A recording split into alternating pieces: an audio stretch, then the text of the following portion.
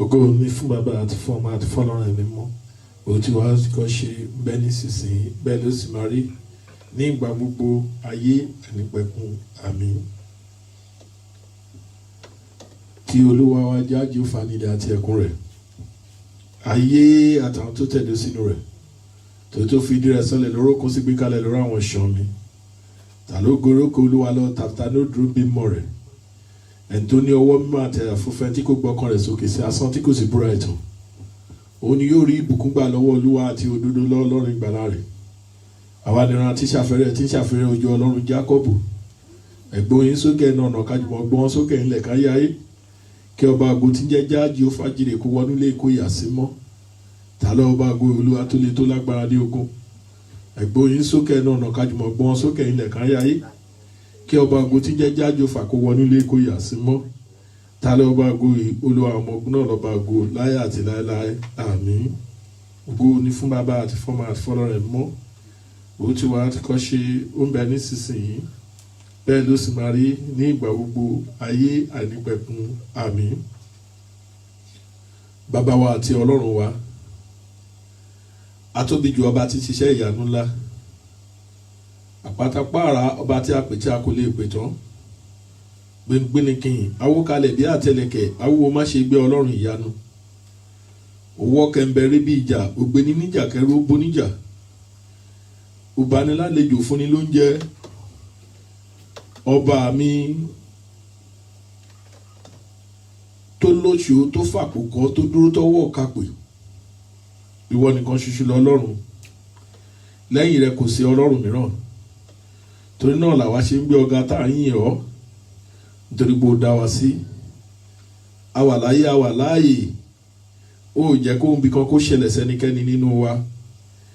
Ogun ẹgbẹ́ dìgbàgbà ó dé hospital ó jẹ́ kó ṣẹlẹ̀. A gbé ọ̀gá ọlọ́run àgbáyé, a gbé ọ̀gá tóbi jù, a gbé ọ̀gá oníbó rẹ, gbígbéga ní ọjọ́ àwọn ọ̀run lọ. Òkú kò lè yìn ọ́, alààyè ni yóò máa yìn ọ́. Ẹni tó ti kú kò lè yìn ọ́, ẹni tó ti lọ sínú ilẹ̀ kò lè yìn ọ́. Alààyè ọkàn ni yóò máa gbé ọ̀gá. Ṣèbí nítorí pé a wà láàyè, nítorí pé a wà láàyè, òun náà làwa ṣe pẹ̀lú àwọn tó ń gbé ọ̀gá lọ́jọ́ tòní. O ṣé Ọlọ́run àgbáyé, nítorí pé o fún wa lórí ọ̀fẹ́ láti wà láyé, láti wà láàyè. Olúwa ẹ gbọ́ ọpẹ́ wa, Olúwa ẹ gbà yín wa. Àwa ronú jinlẹ̀ àrígbọ́ ọpẹ́ ló tọ́ sí ọ. Àbá fi gbogbo ọjọ́ òní máa dúpẹ́, kò tó kínkín ní oore tí o ṣe fún wa, nítorí pé kò yẹ májẹ̀mú lórí ẹnì kọ̀ọ̀kan wa. Látìgbà tí ọdún yìí ti bẹ̀rẹ̀, àìmọye òkú tó ti kú, àìmọye òkú tó ti lọ, ṣùgbọ́n ó fún wa lórí ọ̀fẹ́ láti wà láyé.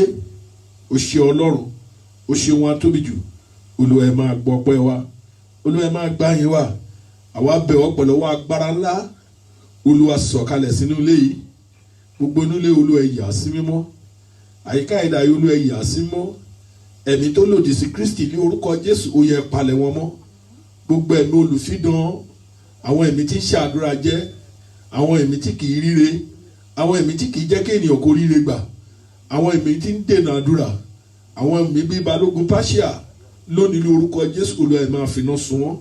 Inú ilé Olúwa ẹ yà sí mọ́.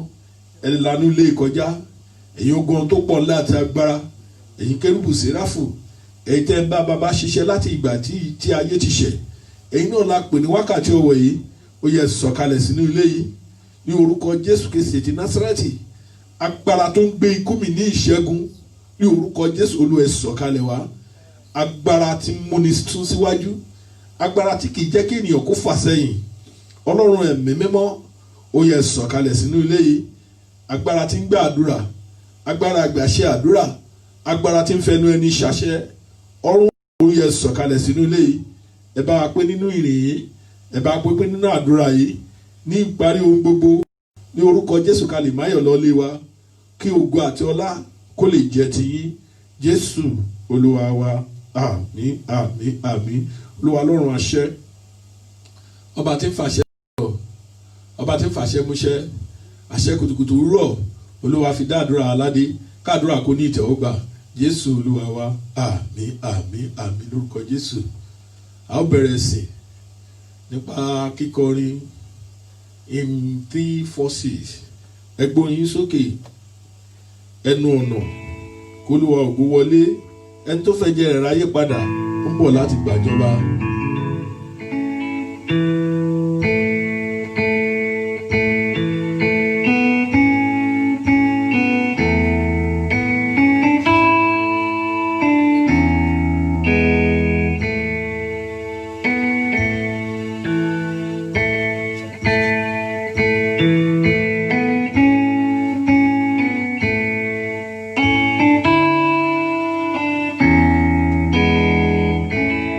Ẹgbórin sókè ẹnu ọ̀nà. Ẹgbórin sókè ẹnu ọ̀nà. Olúwa ògo wọlé. Olúwa ògo wọlé. Ẹni tó fẹ́ jẹrẹ̀ láyé padà. Ẹni tó fẹ́ jẹrẹ̀ láyé. Ó bọ̀ láti gbàjọba. Ó bọ̀ láti gbàjọba. Hosanna, Hosanna, Hosanna,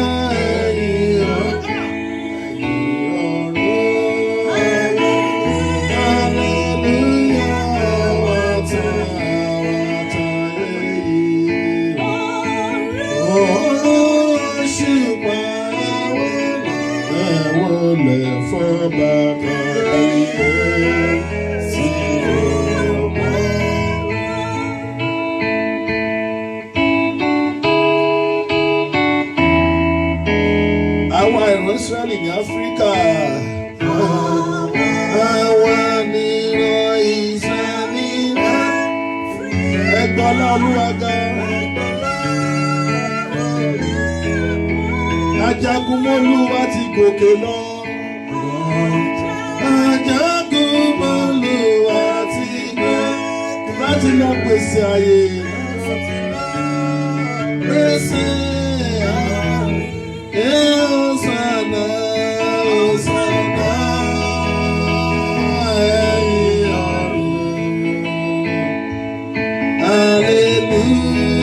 Hallelujah, wataye. Òṣùpá ẹ̀wọ̀lá, kábíyèsí ọba.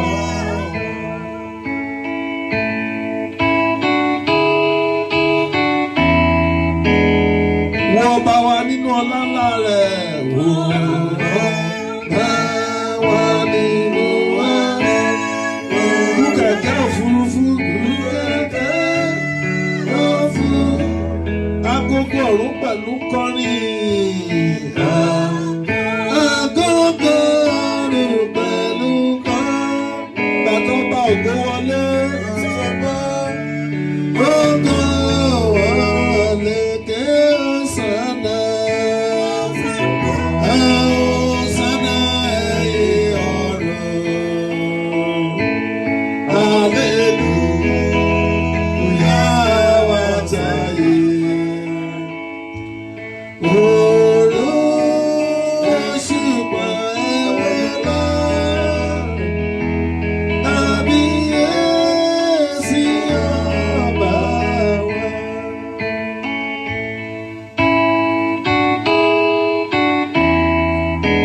Ọkàn mi fà ságbàláyọ̀ náà. Ọkàn mi fà ságbàláyọ̀. Níbi tí Kristi gún wà. Odi yíká àti àgbàlá rẹ̀. Odi yíká àti wúrà la fi ṣe lọ́ṣọ̀ọ́. La fi ṣe lọ́ṣọ̀ọ́.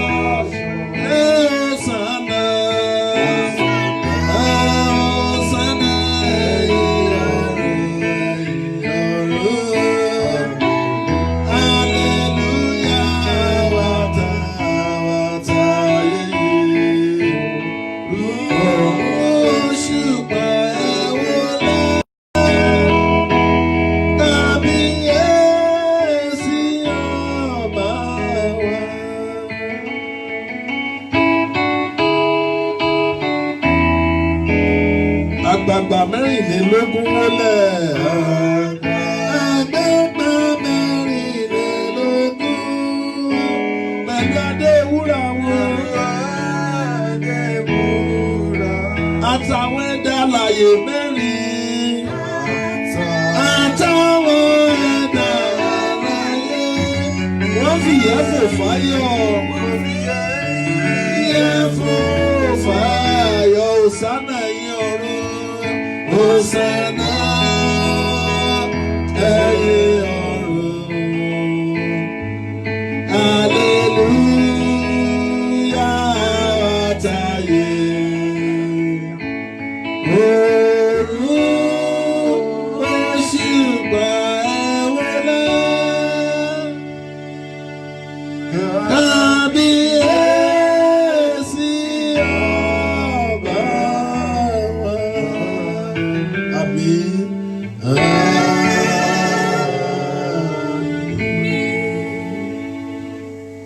Jẹ́ kí a gbàdúrà. Láti inú ilé wa la wá képe Olúwa. Olúwa gbóhùn wa, jẹ́ kí tirẹ̀ kó tẹ́sílẹ̀ sóhun ẹ̀bẹ̀ wa. Olúwa ìbá ṣe pé kí wọ́n máa sàmì ẹ̀ṣẹ̀. Olúwa ta ni ìbádúró. Dáríjì wa lọ́dọ̀ rẹ ká lè máa bẹ̀rù rẹ̀. Àwa dúró dolúwa, ọkàn wa dúró àti inú rẹ̀ la wá ṣe ìrètí. Ọkàn wa dúró dolúwa ju àwọn tí ṣọ̀nà ọ̀rọ̀ lọ, àníjà àwọn tí ṣọ̀nà ọ̀rọ̀ lọ.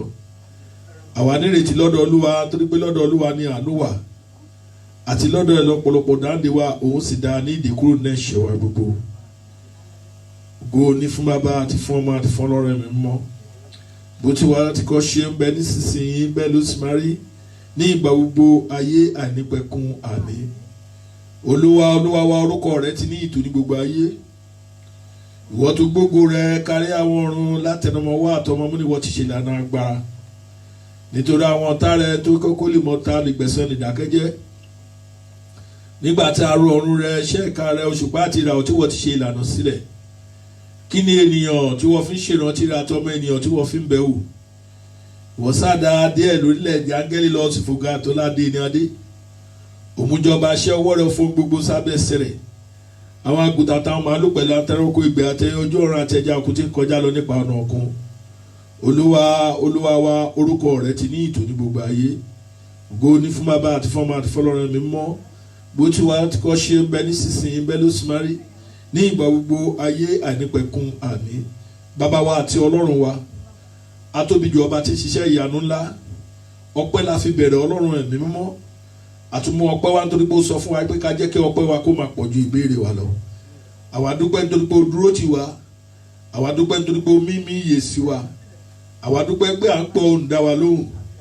Ó dojú àdúrà tiwa, ó fàdúrà pọ́n wa lé. Ògo ni forúkọ rẹ lókè ọ̀run. Alágbára Olúwa ẹ máa gbọpẹ́. Àdúpẹ́ lórí àwọn ọmọ wa, kéwékéwé ìjẹ́ kókó wọn. Àdúpẹ́ nítorí pé kò jẹ́ ká jà ká láàrùn kókó lu ẹnikẹ́ni nínú wa. A gbé ọ̀gá nítorí pé òun jọ Ọlọ́run fún wa. Torí pé nígbà tó débi òkú Lásárò ní bàbá, mo dúpẹ́ nítorí pé ó máa ń gbọ́ tèmi. Àwa náà dúpẹ́ nítorí pé ó máa ń gbọ́ tiwa nínú ìjọ yìí. Ògo ni forúkọ rẹ lókè ọ̀run. Alágbára Olúwa ẹ máa gbọpẹ́. Olúwa ẹ máa gbàyìn. Olúwa ẹ máa gbọpẹ́. Àwa bẹ̀ Ọlọ́run àgbáyé torí pé tí a bá sọ pé a kò ní ẹ̀ṣẹ̀ à ń tọ́ra wa jẹ ní. Òtítọ́ kan kò sí nínú wa. Ẹlẹ́ṣẹ̀ ni wa Ọlọ́run. Àwa ń jẹ ẹ̀ṣẹ̀ lẹ́nu bí ẹni jẹun rìn.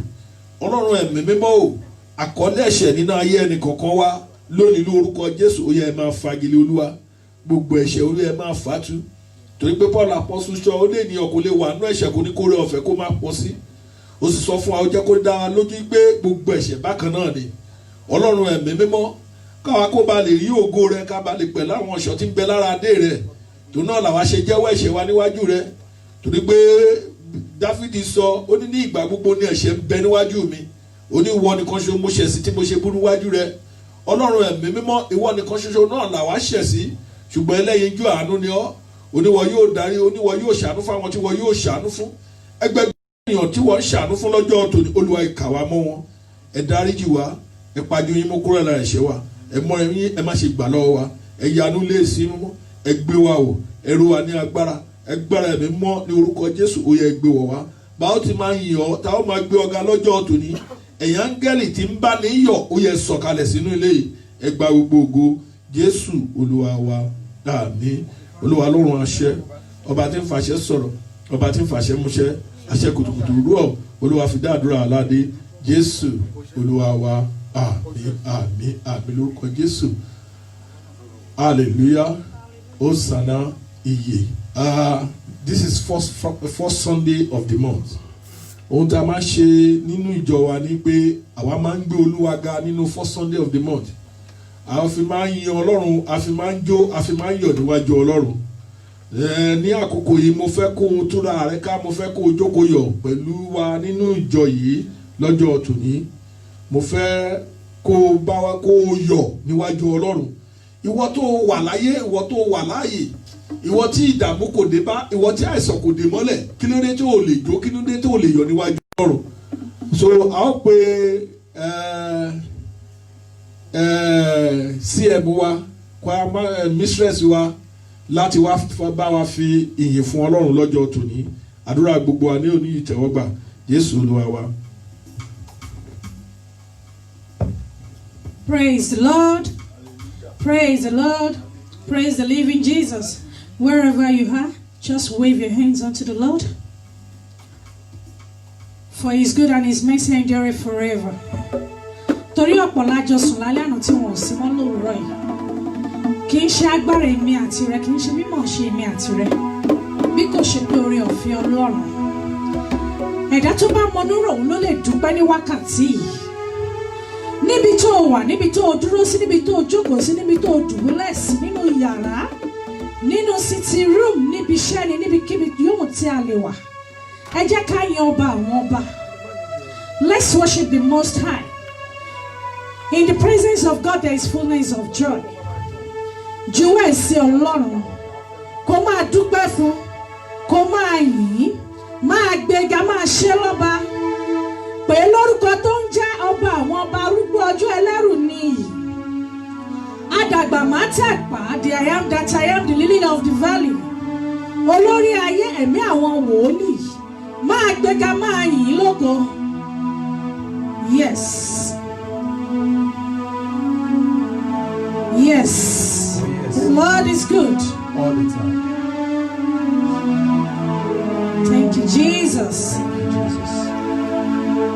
Onídúró mi ẹ ṣé o. Onídúró mi ẹ ṣé o. Bó jẹ́ ènìyàn ló dúró ni a ti máa kún. Bó jẹ́ ènìyàn ló dúró ni a ti sọ̀lọ̀. Onídúró mi ẹ ṣé o. Sọ wípé onídúró mi ẹ ṣé o. Onídúró mi ẹ ṣé o. Bó jẹ́ ènìyàn ló dúró ni a ti máa kún. Tipẹ́tipẹ́. Bó jẹ́ ènìyàn ló dúró ni a ti sọ̀lọ̀. Long time ago. Bó jẹ́ ènìyàn ló dúró ni a ti máa sọ̀rọ̀. Onídúró mi ẹ ṣé o. Tún sọ wípé onídúró mi ẹ ṣé o. Oh, yes. Torí bó jẹ́ ènìyàn ló dúró ni wọ́n á ti máa ṣèrègùn. Oh, yes. Bó jẹ́ ènìyàn ló dúró ni wọ́n á ti máa gbéraga sí ọ. Oh, yes. Onídúró mi ẹ ṣé o. I just want to say, Bàbá o, ẹ ṣé. Raise up your hands and wave unto the Lord. I just want to say, Bàbá o, ẹ ṣé. I just want to say, I just want to say, Bàbá o, ẹ ṣé.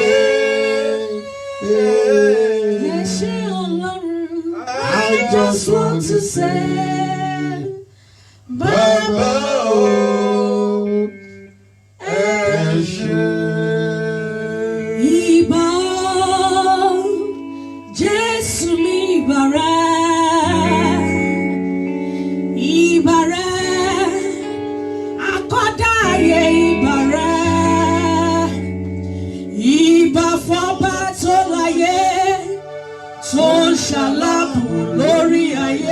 sọ wípé a ò ní gbẹ́kú mi lójijì àfi tí mo lójijì àfi tí mo bá darúgbó. Ìbàrẹ̀ olórí ayé, ìbàrẹ̀ ìbàrẹ̀ aṣẹ̀dárù, ìbàrẹ̀ ìbà fọba tó láyé tó ṣàlàbò lórí ayé. A ò ní gbẹ́kú mi lójijì àfi tí mo bá darúgbó. A ò ní gbẹ́kú mi lójijì àfi tí mo bá darúgbó. Máa yan Ọlọ́run níbi tó wà yẹn, torí òun la lè wí lè ṣe, òun la lè ṣe lè wí, òun lábá àwọn ọba, òun lárúgbó ọjọ́, kìnìún ẹ̀yà Júdà, àtọ́ni gbà, àtọ́ni mú, ọba tó lè lani, ọba tó lè pani, ọba tó lè jú nínú, ọba tó lè lù nípa. Máa yìn, máa ṣe lọ́ba, máa gbé lógo, máa ṣe lógo. Òun ni ìràwọ̀ òwúrọ̀, ọmọ Mẹ́rí, alápá ńlá, alápá ńlá, gbanigbani, alápá ńlá tó ń jó tán, ẹ̀mí lẹ́tí mi lẹ́tí títí, òkè tí ò lè ṣá, òkè tí ò lè yẹ̀. Ìwọ ni, ìwọ ni, ìwọ ni, ìwọ ni, ìwọ ni. Kábíyèsí, arabaribiti, arìbìtì rábátá, àtàbàtúbú Olódùmarè. Ọlọ́run ni, Ọlọ́run. Yes, is God. Ọlọ́run tí a kò lè dá dúró. Mo gbé ọ̀gá o. Ọlọ́run tí a kò lè dá dúró. Mo gbé ọ̀gá o. Mo ní Ọlọ́run tí a kò lè dí lọ́wọ́. Mo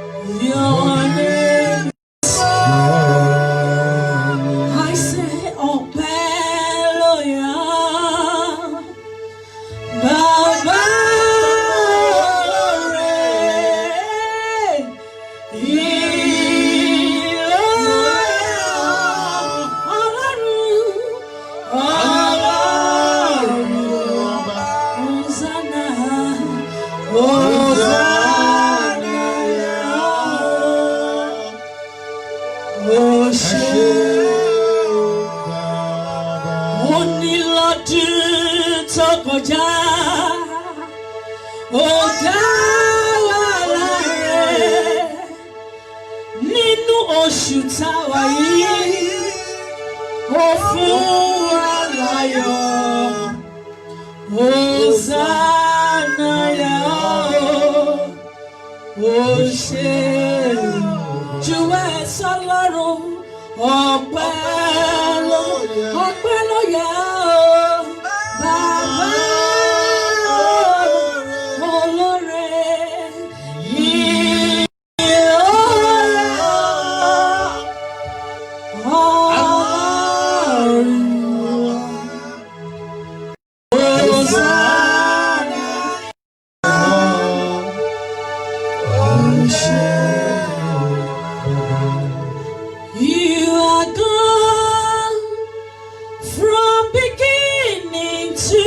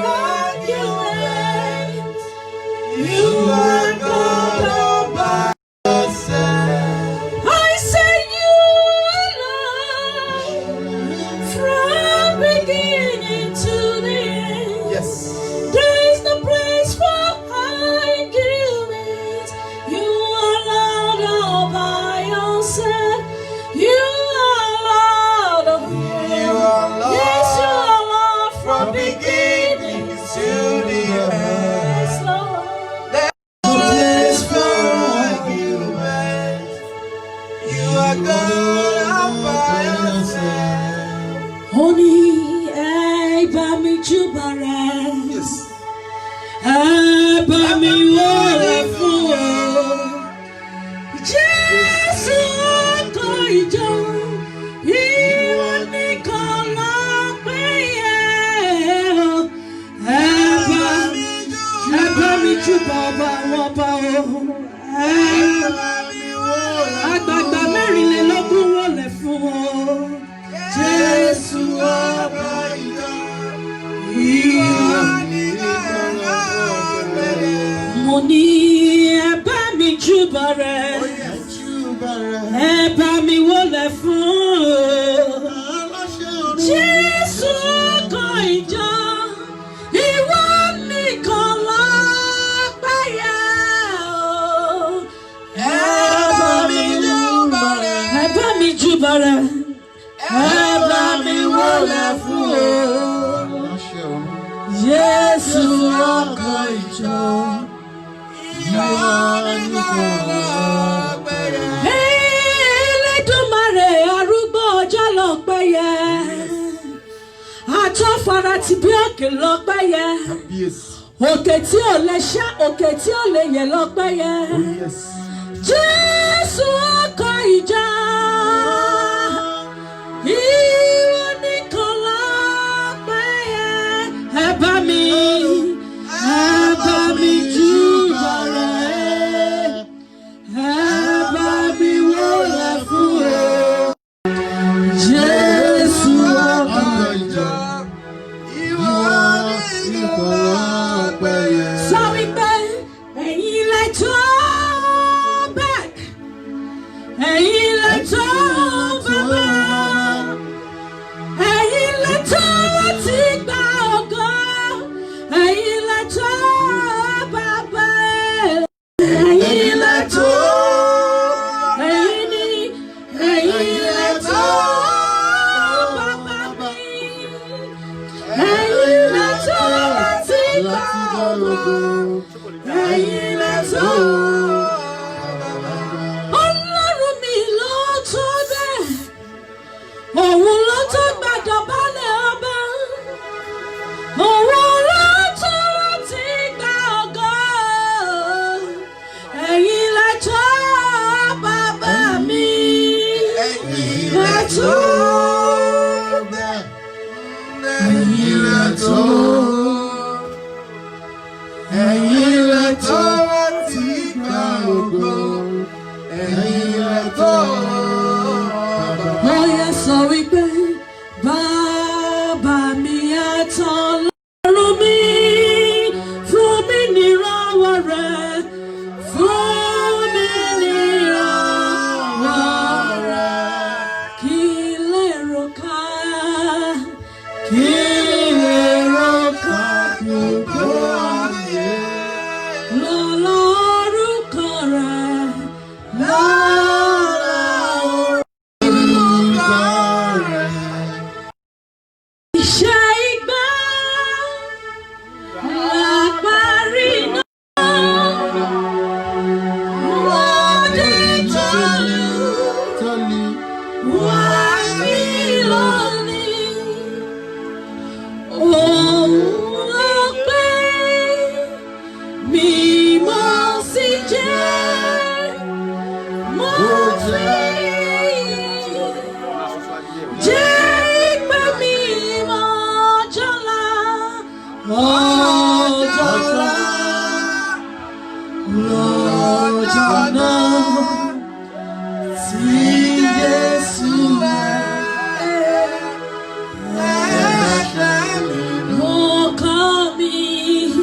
ọkọ mi kì í máa gbàdúrà, kì í máa ṣọ́ra, kì í máa ṣọ́ra, kì í sí ọjọ́ ológo, ọjọ́ lọ́jọ́ náà tí Jésù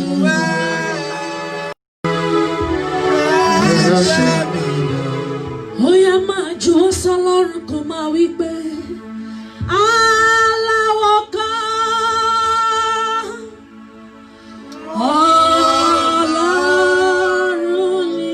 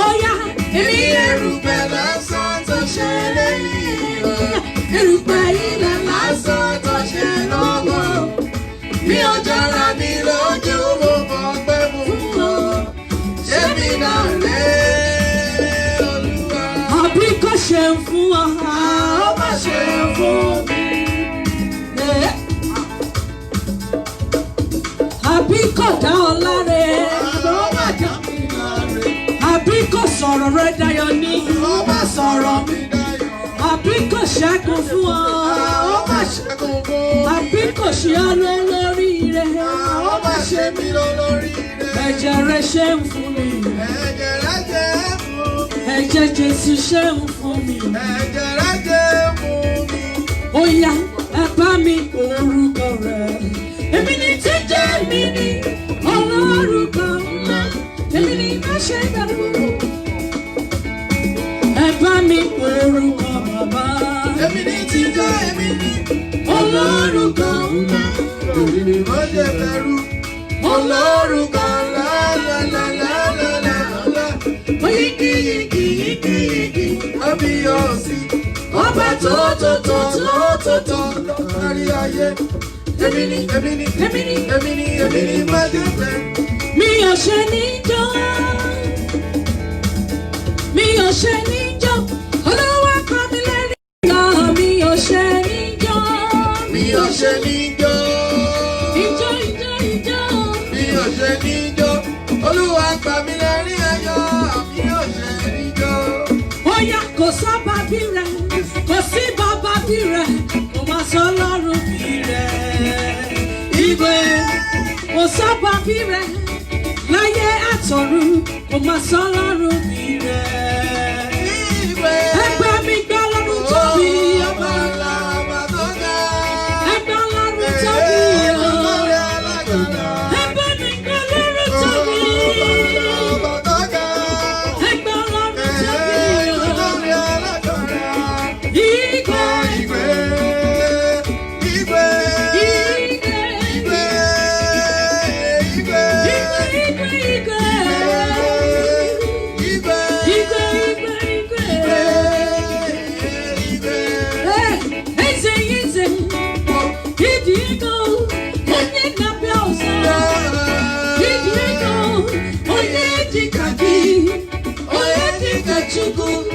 Amalicha, Adeni Chebawa, Oya, Buleya, Elu, Bule Jesus, Elu, Buleya,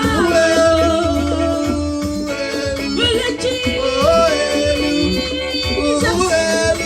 Buleya,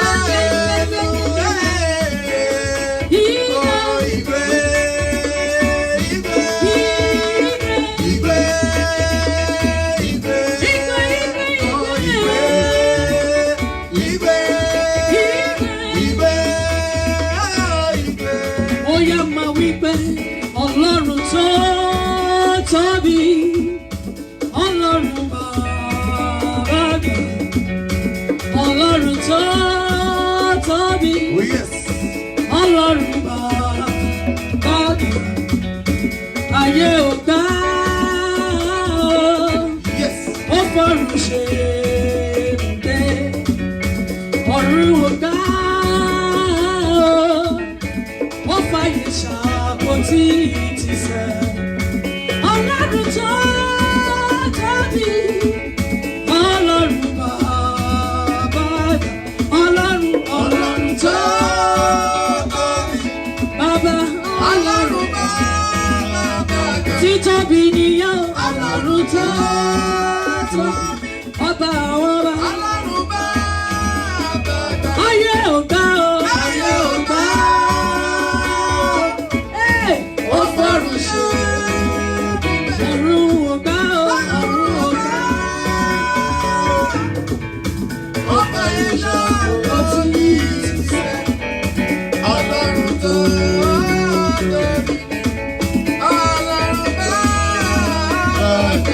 Níbi tó wáyé, ó yẹ dúpẹ́ lọ́wọ́ bàbá, dúpẹ́ lọ́wọ́ bàbá.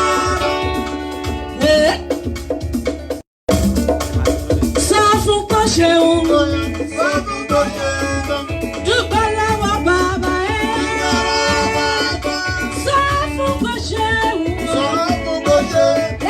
bàbá nìyẹn, dúpẹ́ lọ́wọ́ bàbá. Ó yẹ túrọ̀, ó yẹ màmá.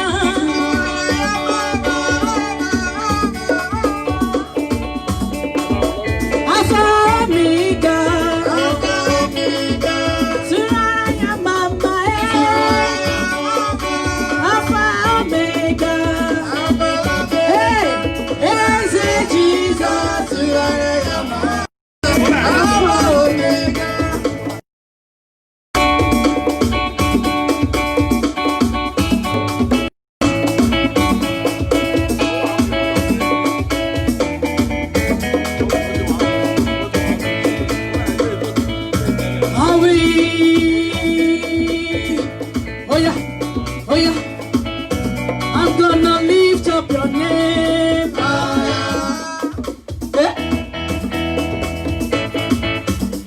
I will lift up your name.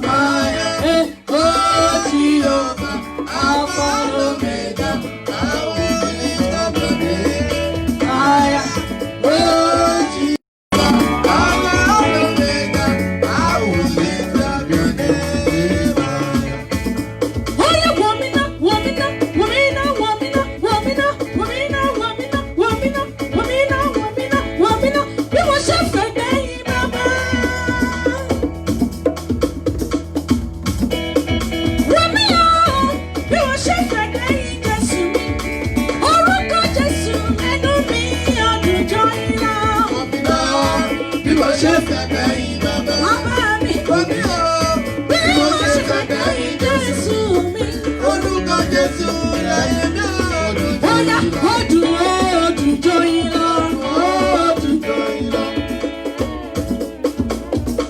Orúkọ Jésù ilé ìṣọ́ agbára mi ni, olódodo sáwọ́ bẹ̀ orí, mo ní ojúwọ́ ojújọ́ yín lọ, ojúwọ́ ojújọ́ yín lọ, orúkọ Jésù,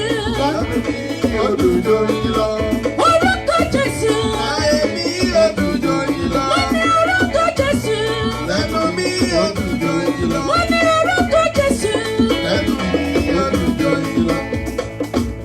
ọba mi má ṣe borí, ó ṣe borí.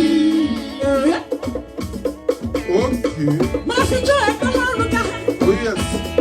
Elédùmarè ọba ayérayé. Ọba tó ní nípẹ̀kun àwọn ọ̀run ní. Jèyọ́bá jìrè ọba mi má tó ń jẹ mí má tó ń ṣe bẹ́ẹ̀. Ó dùn ó dùn jọ yín lọ.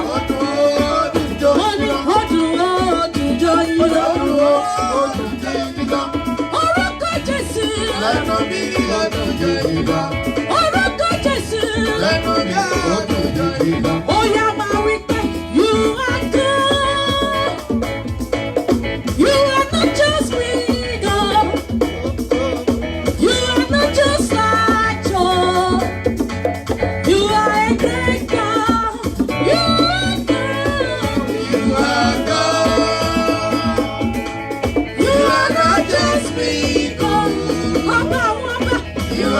just like you. You am the lion. You are a great God. I said you are God. Yes, You are not just lion. You are not just faragada. You are a great God. You are God. you are God. You are not just big, oh. You are not just like you. You are a great God. You are big. You You are big, big, big, big, big, big, big, big. Let.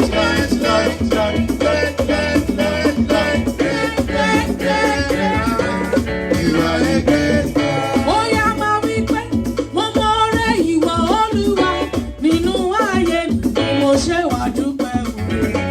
Aládé ìwúra mi, àwọn ìbáyé, àsọ̀rọ̀ máa tà sẹ́.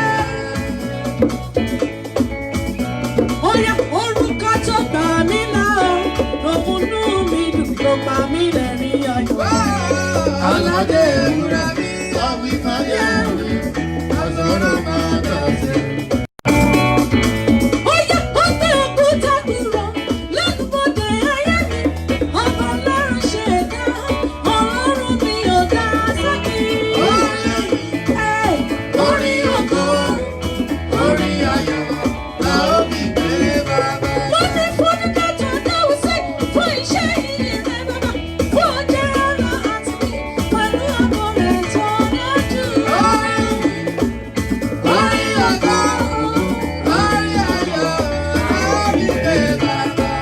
Fúnikẹ́ tó dáwọ́ sí fún iṣẹ́ ìyìn rẹ̀ bàbá. Fún ọjọ́ ọ̀la àti mi pẹ̀lú àbọ̀ rẹ̀ tó dájú bàbá. Orin ògo, orin ayọ̀, la ó fi gbé bàbá ga. Say you go rise and shine. Adoration shine. Oh yeah, come on, rise and shine. Yeah.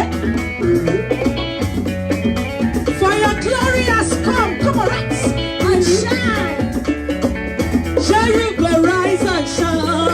Adoration shine. Ah, you go rise and shine. Adoration I say me, I go rise and shine. You say you go rise and shine. Baba God, you there for me. Only God's there for me. Oh yeah, hallelujah, oh, hallelujah, hallelujah, oh, hallelujah, hallelujah, oh. Only God's there for me. Baba God there for me. My Savior there for me.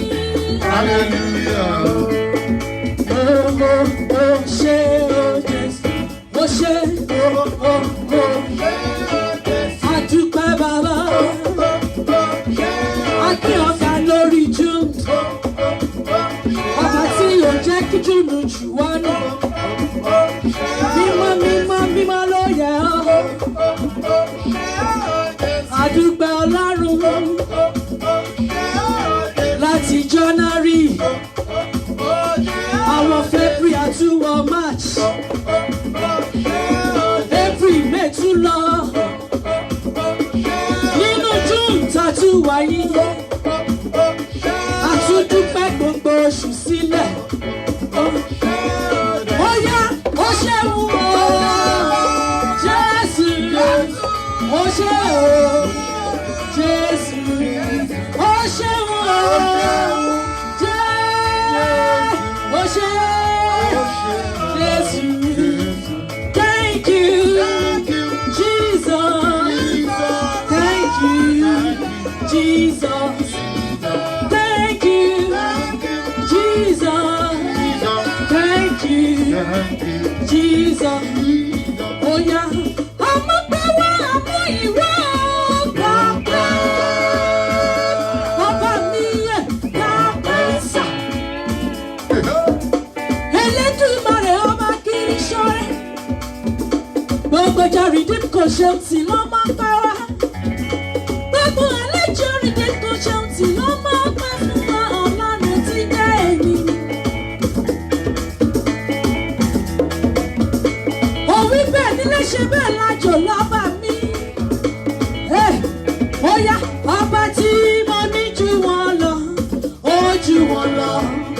Ó jù wọ́n lọ. Ó jù wọ́n lọ. Ó yá máa wí bẹ́ẹ̀ pé ọba tí mo ní jù wọ́n lọ. Ó jù wọ́n lọ. Ó jù wọ́n lọ. Ó jù wọ́n lọ. Nítorí pé gbogbo agbára láyé, gbogbo agbára lọ́run, ìwọ nìkan la fi fún. Ọba tí wọ́n ní jù wọ́n lọ, ó jù wọ́n lọ, ó jù wọ́n lọ.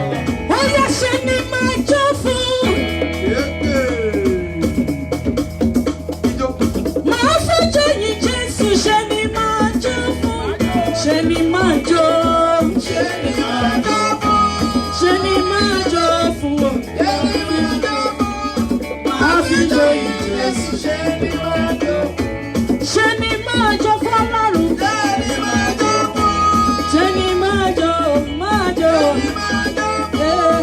Máa fojú yìn Jésù, ṣe ni máa jó fún. Mo ní ṣe ni máa jó, jójó. Ṣe ni máa jó fún.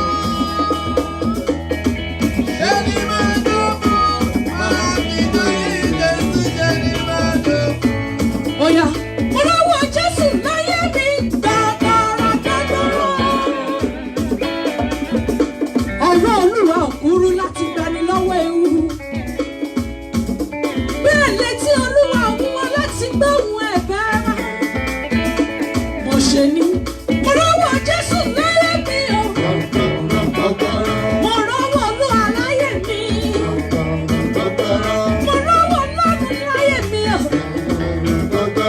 Mo lọ́wọ́ Jésù láyé mi. Mo lọ́wọ́ Ọlọ́run níṣẹ́ mi o. Mo lọ́wọ́ Olúwa nílé mi. Ó ṣe.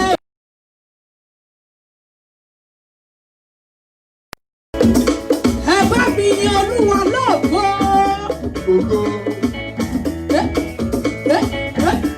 Ó yá, ó ṣe o bàbá. Bàbá mi máa ṣe o. Ọlọ́run mi máa ṣe o. Ọkọ̀ wájú ẹni pé ṣe. Àtúwọ̀yìn ìwọ̀ ìwọ ni. Àwọn right ẹ ṣe o. Ẹ ṣe o bàbá. Ó yá, ẹni Ọlọ́run ṣe lóore, ó ṣe lóore.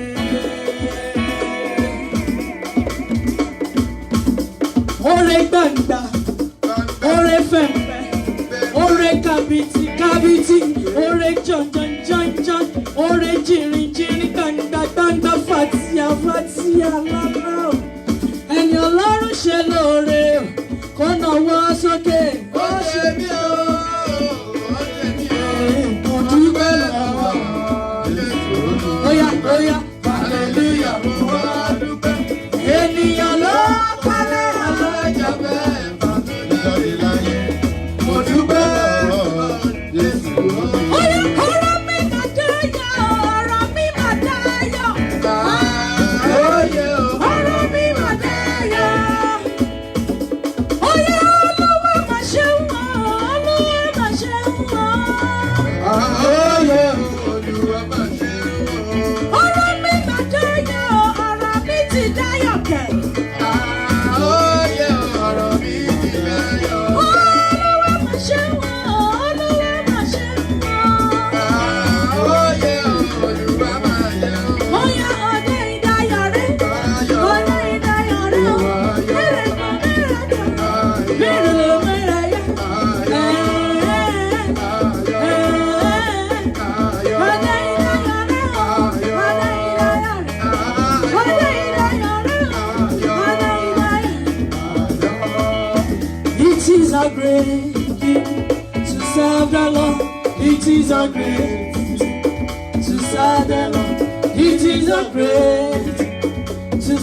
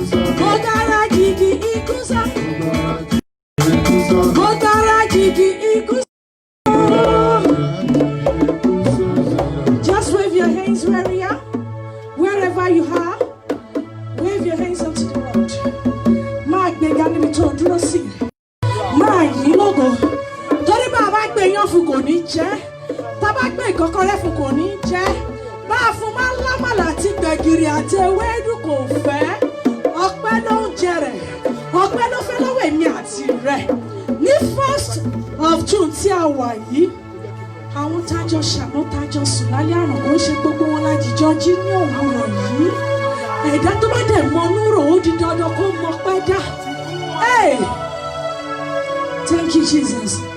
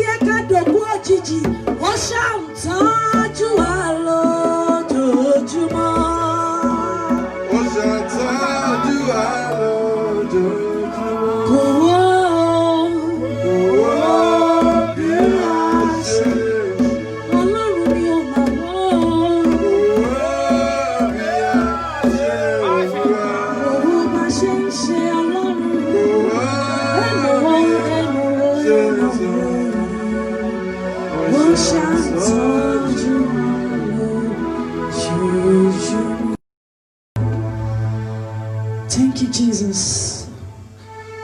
Wherever you are standing, wave unto the Lord. Yes. He's worthy of our praise.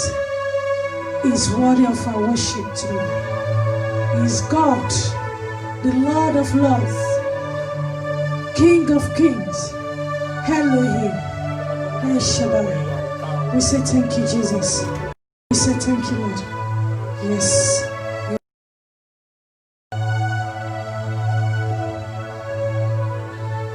Continue worshiping him. Máa gbé Ọlọ́run ga. It's worthy of our praises. Aláàánú ènìyàn ni máa gbé ga. Wherever you are watching us from, we cannot praise him enough. Kò sóhun tá a ní tó tó láti gbé e ga. Kò sóhun tá a ní tó tó láti gbé Ọlọ́run yẹn ga. Oh yes. Ohun tó nígbà ò tó láti gbé ga. Oh yes. There are thousands, millions of angels worshiping him day and night. Yes. Wọn kì í sùn. Oh yes. Mọ́mí dádì tó ń wò mí yìí, ẹ máa gbé Ọlọ́run ga. Oh yes. Yes, you know how we do it. Every first Sunday of the month, it is a congregational prayer. Believe me, I'm not going to take much of your time because our preacher is fully ready, fully in spirit, is loaded. Ṣùgbọ́n kọ́kọ́ gbé Ọlọ́run ga. I've got just 3 prayer points. Àdúrà ọ̀pẹ mẹ́ta péré la fẹ́ gbà. Ṣùgbọ́n gbé Ọlọ́run yẹn ga. I want you to be in that spirit. I want you to feel this moment.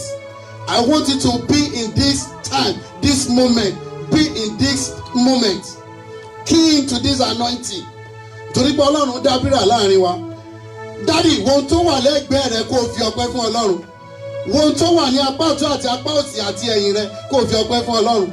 I know many people will be wondering that what is it that I'm going to look at this moment. Wo ọmọ tó wà lẹ́gbẹ̀ẹ́ kó gbọ́ Ọlọ́run ga.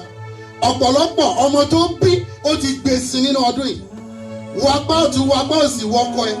Gbé Ọlọ́run ga mọ́mì. Ọ̀pọ̀lọpọ̀ ti gbọ́kọ lọ sí ìtẹ́. Daddy, mọ́mì, wo apá ọ̀tún, wo ẹ̀yìn, wo wájú, wo bí tó jókòó sí yẹn, wo àwọn ọmọ tó ń ṣeré yẹn. Ọlọ́run ò jẹ́ èṣù ò ráyè láti fi wọ́n pa ẹlẹ́kún. That one is enough for you to be given to give the Lord all the praises. Máa gbé Ọlọ́run ga. Kò máa ṣe mímọ̀ ṣe wà. Kò ṣe mímọ̀ ṣe wà. Wọ́n iṣẹ́ ọwọ́ mi ò pé, iṣẹ́ ọwọ́ rẹ ò pé. Kò síṣẹ́ ọwọ́ ẹni tó pé. Ṣùgbọ́n Ọlọ́run ń wò wá lábẹ́ oore ọ̀fẹ́. Máa gbé Ọlọ́run ga. Ó fẹ́ gbé Ọlọ́run yẹn ga náà ni. There is nothing new that I'm going to do this time. Nothing new, nothing special. Just continue giving him the praise. Gbé Ọlọ́run ga láti inú wá. Àwọn àpilẹ̀ ń yin Ọlọ́run. Àwọn òkè ńláńlá ń yin Ọlọ́run. Ẹ̀dá àbìyẹ́ ń yin Ọlọ́run. Igi igbó ń yin Ọlọ́run. Kòkòrò ń yin Ọlọ́run. Ilẹ̀ wọn ń yin Ọlọ́run. Gbọ́ àwọn àjọ̀ní kan wọ́n ń yin Ọlọ́run. Torí kò sóhun tó dá ọwọ́ rẹ̀ náà ti gba agbára. Gbogbo agbára láyé àtọ̀run ọwọ́ ẹ̀ ló wà. Wọ́n ta ni aláàfáà níwájú Ọlọ́run. Mọ́mì ta ni wòlíì níwájú Ọlọ́run. Ta ni apostoli níwájú Ọlọ́run. Ta ni wòlíì gàgà. Who is primate? Ta ló olùdásílẹ̀? Ta ni ń jẹ́ G.O.? Ta ni Jónífà? Ta ló oníṣègùn? Ta ló wo yẹn rìn? Ta ló wọlẹ̀? Wò ó dúpẹ́ mọ́mì fún ọlọ́bìnrin fún Ọlọ́run. Àwọn tó ti kú àwọn pé jù wọ́n lọ. Oore ọ̀fẹ́ la rí gbà. Oore ọ̀fẹ́ la rí gbà. Máa dúpẹ́ lọ́wọ́ Ọlọ́run mọ́mì. Máa gbé Ọlọ́run ga. Sọ pé Olúwa ṣeun. Sọ pé Olúwa ṣeun. Sọ pé Olúwa ṣeun. Sọ pé Olúwa ṣeun. Sọ pé Olúwa ṣeun. Sọ pé Olúwa ṣeun. Sọ pé Olúwa ṣeun. Jésù Olúwa wa. Àmín, àmín, àmín. Just 3 prayer points. Mo fẹ́ kó porúkọ Jésù, just call the name of Jesus 3 times. Ohun tí mo fẹ́ kó fi gbàdúrà yìí ni wípé ọ̀pọ̀lọpọ̀ Bíbélì sọ ó ní ọ̀pọ̀ gbẹ́kẹ̀lé kẹ̀kẹ́, ó ní ọ̀pọ̀ gbẹ́kẹ̀lé ẹṣin. If you watch us here live yesterday, the previous night, you see the theme of that praise and worship, grateful hearts. Are you grateful to God? Are you grateful to God? Are you grateful to God?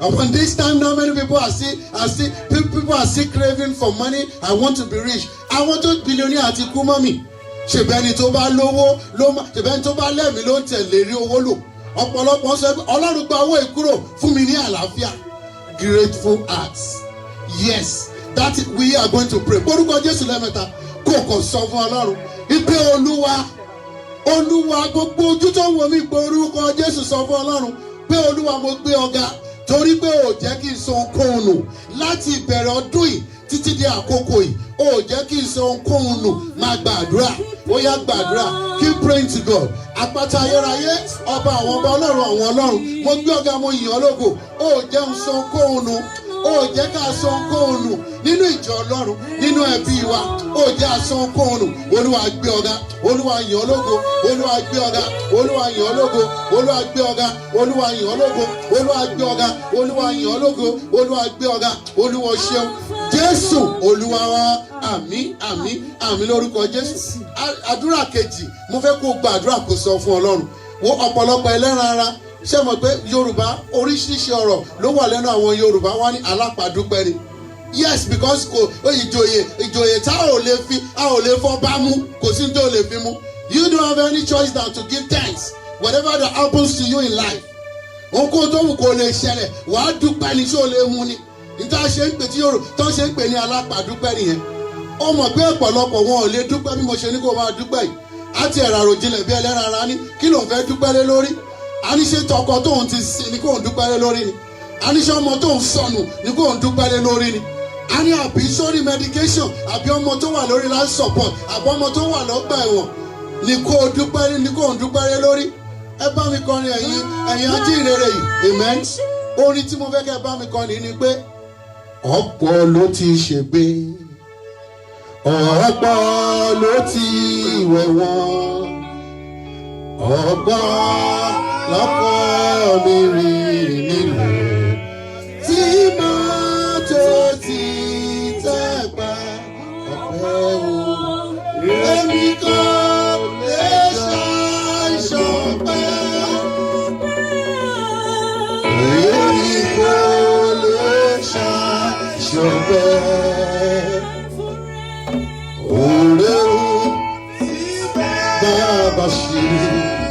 For me,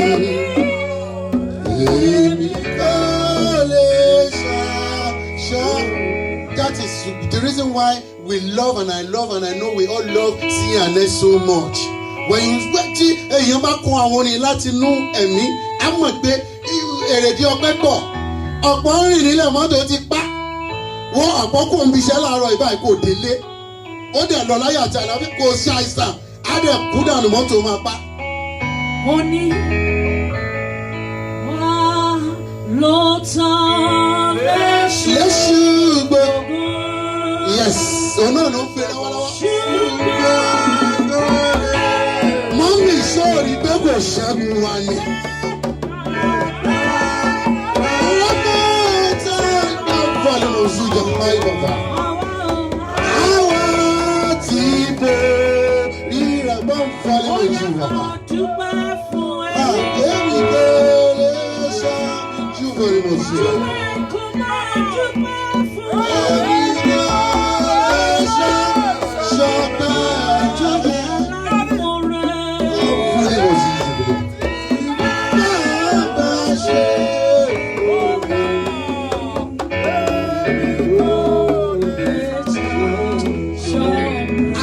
Gbàdúrà tí gbọ́ ní wàásù yẹn tí ó fẹ́ bá wa sọ̀rọ̀ ọ̀rọ̀ tí ó tún mú ẹkú ònúùdè. Báwo mọ́mì ọ̀nkú tó wọ̀ mí dádì ẹ gbọ́ èèyàn ọ̀pọ̀lọpọ̀ ló gbé wọlé sọ́mọ ọ́fíìsì báyìí tó ti kú o tọ́lẹ̀ ìṣúná grant ẹ̀. So what about that? You that you sitting down there crying for resident permit is good and I know Ọlọ́run ìràpadà kò ṣe ohun tí tá à ń sìn yóò fi fún ọ nígbà tí ó rọ̀ ọ́ lọ́rùn. Amen. And many people file the application but they are no more. Wọ́n ti kú dànù. Àwọn táwa láyé à ń dúpẹ́. Fún dídá sí ẹ̀mí àmọ́pẹ́ wa. Kò sóhun tí a fi sàn láyé o. Jọ̀wọ́ tí ikú ti pa lọ. Bọ́mí porúkọ Jésù kò sọ fún Ọlọ́run. Ó sọ fún Ọlọ́run pé Olúwa mo gbé ọ̀gá ní gbogbo ọ̀nà. pé bẹ́ẹ̀ kó sọ pé gbogbo ọ̀nà yẹn pọ̀ bí irun orí wa jẹ́ kìkìdá kò tó yin Ọlọ́run. mo ní conversation pẹ̀lú èèyàn kan lánàá mo sọ pé à ń sọ̀rọ̀ pandemic tó ń ṣe mo ní wo abẹ́ oore ọ̀fẹ́ ni àwa wà. Mo ní I wonder, mo ní àṣì tábà ń lọ bí iṣẹ́ tá à ń jáde. We still see a lot of people. A ò fi yọ̀ wọ́n fi ń gbé Ọlọ́run ga. They are homeless. They pick food from the bin. Wọ́n mú oúnjẹ nínú ibi tí àtọ́ńdó oúnjẹ ilẹ̀ sí. Wọ́n sùn sí car park. Wọ́n sùn sábẹ́ bridge. Wọ́n ò dẹ̀ ní coronavirus. Ọ̀rẹ́ ọ̀fẹ́ ṣá.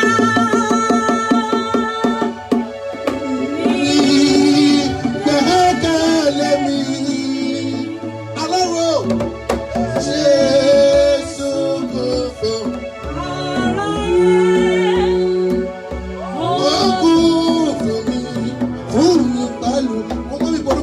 Sọ fún Ọlọ́run ipò Olúwa mo gbé ọ̀gá ní gbogbo ọ̀nà wo lórí ọmọ ni lórí ọkọ lórí even upon your health wọ́n mo gbé ọ̀gá lórí ọmọ lórí ìlera tó fún mi lórí aya lórí gbogbo tó fún mi lórí ìjọ Ọlọ́run sọ pé Olúwa ṣe àtúnwé asọ́kùn òsì kan porúkọ Jésù lẹ́ẹ̀mẹ́ta sọ pé Ọlọ́run rú àròjinlẹ̀ ẹni tó wà lọ́sítù kò lè jẹun ọ̀pọ̀lọpọ̀ ò lè jẹun wọ́n ní oúnjẹ yẹn kò lè jẹ olówó gan kò lè ná ó sì máa dúpẹ́ lọ́wọ́ Ọlọ́run ní gbogbo ọ̀nà orúkọ Jésù àdúrà orúkọ Jésù agbára ẹ̀jẹ̀ Jésù apáta ayérayé ọba àwọn ọba Ọlọ́run àwọn Ọlọ́run agbé ọ̀gá yàn ológo ní gbogbo ọ̀nà yàn ìjọ Ọlọ́run gbé ọ̀gá agbé ọ̀gá tilétilé wa adúpẹ́ lórí ilé adúpẹ́ lórí ọmọ adúpẹ́ lórí gbogbo tó fún wa mélòó la fẹ́ kà mélòó gangan la fẹ́ sọ níbo ni ká ti bẹ̀rẹ̀ Ọlọ́run àgbáyé orí rẹ̀ pọ̀ ó tún yan rẹ̀ òkun lọ adúpẹ́ Ọlọ́run lórí àwọn tí ń bẹ nínú àjò àwọn ọmọ wa tí ń bẹ nínú àjò a ò gbà lẹ́tà ọ̀fọ̀ ẹni tí bí máa kàn tó máa kàn wá gbẹ̀gbẹ̀gbẹ̀ Ọlọ́run ò jẹ́ kó kàn wọ́n àwọn kan fọ ọmọ ńlẹ̀ sílẹ̀ a ò máa gbà lẹ́tà ọ̀fọ̀ lórí wọn ọba àwọn ọba òbí àwọn kan ń bẹ nílé a ò gbà lẹ́tà ọ̀fọ̀ lórí wọn Ọlọ́run lórí ìyá lórí ẹbí lórí ará a ò gbà lórí ẹnikẹ́ni olùwàgbà ọpẹ́ wa Jésù Olúwa wa àmín àmín àmín gbogbo ayé gbé Jésù ga áńgẹ́lì ẹ wólẹ̀ fún áńgẹ́lì ẹ wólẹ̀ fún ẹ mú adé ọba rẹ̀ wá ṣe lọ́ba lọ́ba lọ́ba lọ́ba lọ́ba ṣe lọ́ba ṣe lọ́ba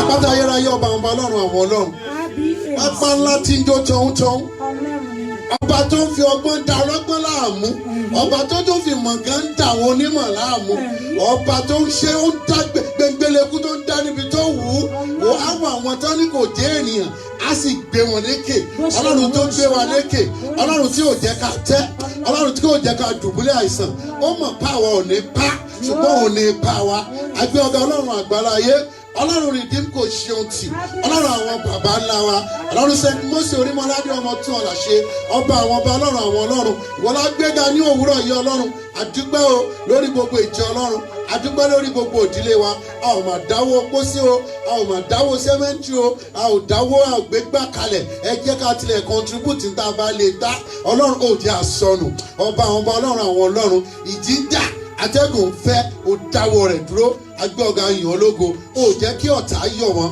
o jẹ́ kí wọ́n sọ pé kò tán nídìí wọn Ọlọ́run àgbà olùàgbà ọpẹ́ wa Ọlọ́run àwọn bàbá ńlá olùàgbà ẹ̀yìn wa ọmọ pé wá lónìí ọjọ́ ìsinmi ìkíní ní oṣù kẹfà agbé ọ̀gá Ọlọ́run àgbáyé yàn ológo ọ̀pọ̀ òjò ló ti rọ̀ tilẹ̀ ti mú nínú ọdún yìí adúgbò Ọlọ́run àgbáyé à ń sán ọba àwọn ọba ìjì ń jà Ọlọ́run àgbà ìjà yóò gbé wa lọ olùàgbà ọpẹ́ wa Ọlọ́run àwọn Ọlọ́run gba ẹ̀yìn wa Ọlọ́run ọjọ́ ìsinmi gba ọpẹ́ wa ọba àwọn bá ti lọ nínú ẹ̀sìn Olúwa máa bá wa lọ àti oníwàásù wa lé Ọlọ́run olùàgbẹ̀nu wọn sọ̀rọ̀ mo bẹ̀ ọ̀rọ̀ tí ó tún àwọn ènìyàn nínú ohun náà tí wọ́n gbọ́ tí ó wúlò fún ayé wọn ní orúkọ Jésù olùàjò tẹnu wọn jáde gbàkóso gbogbo gbọ́ aláṣẹ ọ̀run Jésù Olúwa wa àmín àmín àmín ní orúkọ Jésù.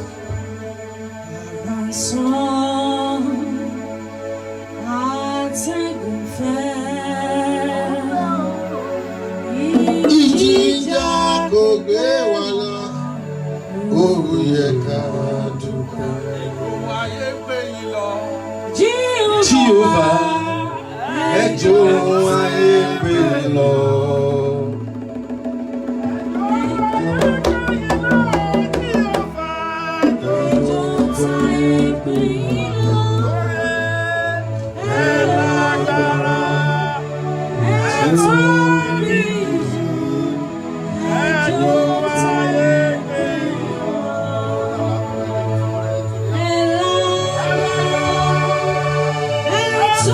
Tóbi jù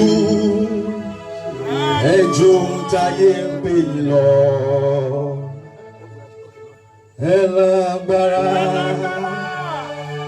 ẹ tóbi jù ẹjọ́ táyé ń pè lọ. you are bigger than what people say. Yes, you are bigger than what people say. You are bigger than what people say. You are truly bigger than what people say. You are marvelous. You are bigger than. Okay. Mo ro àròjinlẹ̀ lórí ayé mi o. Ibi àánú báyé mi dé o. Àròjinlẹ̀ ni mo rò àròjinlẹ̀ lórí ayé mi o. Ibi àánú báyé mi dé o. Àròjinlẹ̀ ni mo rò àròjinlẹ̀. Ibi àánú báyé mi dé.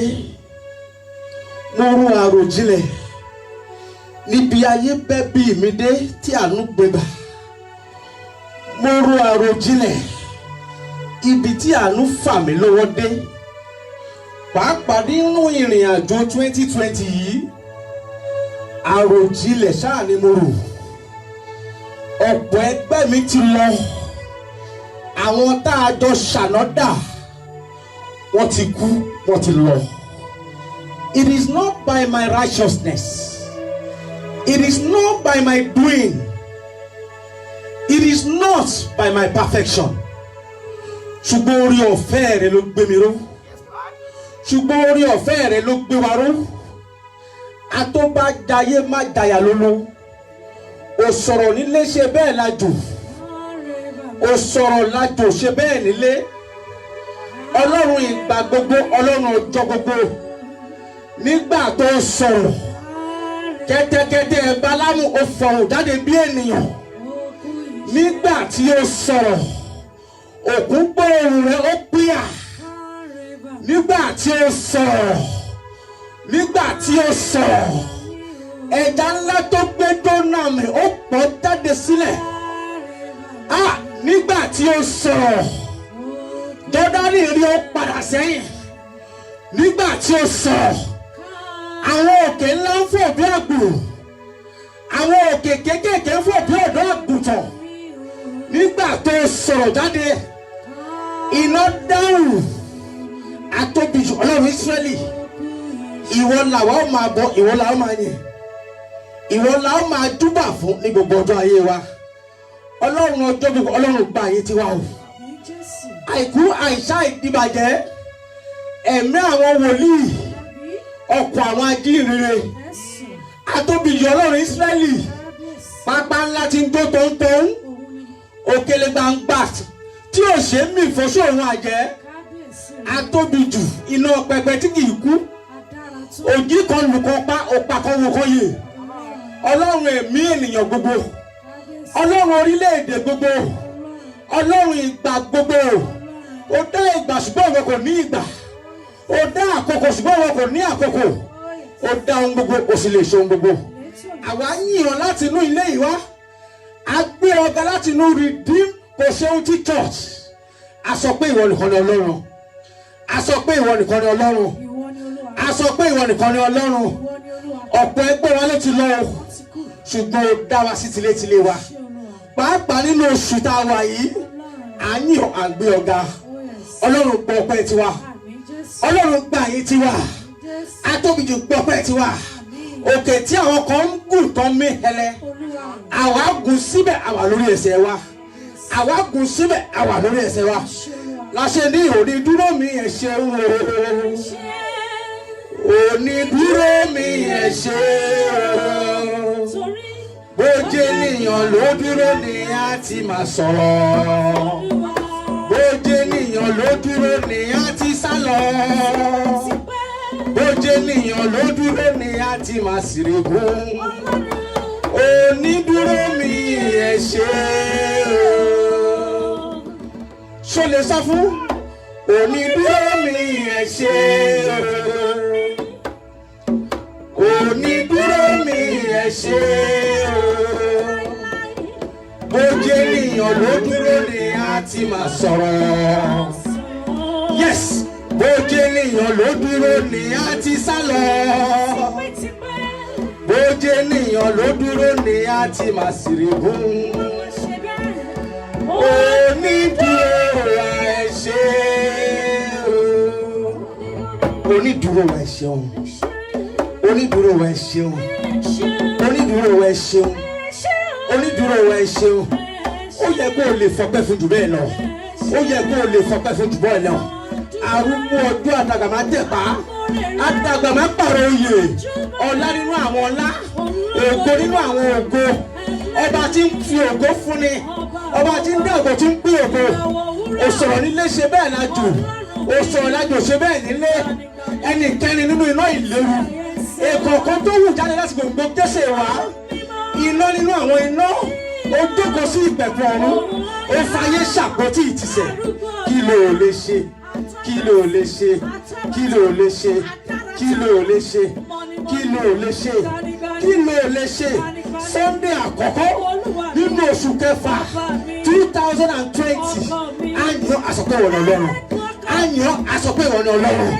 àyàn àsọpẹ́ wọ̀nà ọlọ́run àyàn àsọpẹ́ wọ̀nà ọlọ́run àwọn tó ti kọjá sí ìsàlẹ̀ ilẹ̀ àwọn tó ti kọjá sí ìsàlẹ̀ ilẹ̀ àwọn egungun tí ìwọ ti rún síbẹ̀ wọ́n ń yọ̀ síbẹ̀ tí wọ́n sùn nínú rẹ̀ àwa tí a wà lórí tẹ̀lẹ́wọ́ yìí la ṣe ń fi ògo fún ọ la ṣe ń fi ọlá fún ọ ọlọ́run gba ògo ọlọ́run gba ògo yìí Jésù agbára wa.